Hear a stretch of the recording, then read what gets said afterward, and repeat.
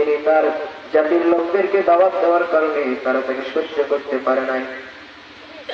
আবার দেখুন ঈসা আলাইহিস সালামের কথা বলা হচ্ছে, ওয়া ইয ক্বালা ঈসা ইবনু মারইয়াম ইয়া বানি ইসরাঈলা ইন্নী রাসূলুল্লাহি ইলাইকুম মুসাদ্দিকান লিমা বাইনা ইয়াদাইয়া মিনাত তাওরাতি ওয়া মুবাশশিরান বিরাসূলিন ইয়াতি মিন বা'দি ইসমিহি আহমদ فلما جاءهم بالبينات قالوا هذا سحر مبين।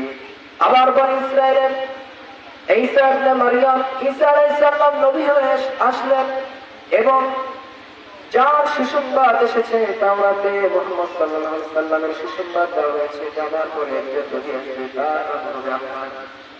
এত প্রমাণাদি দেওয়ার পরেও যখন কওমের লোকদের কাছে দাওয়াত পৌঁছানো হলো, তারা বলল ফালাম্মা জাআহুম বিল বায়িনাতি ক্বালু হাযা সিহরুম মুবিন।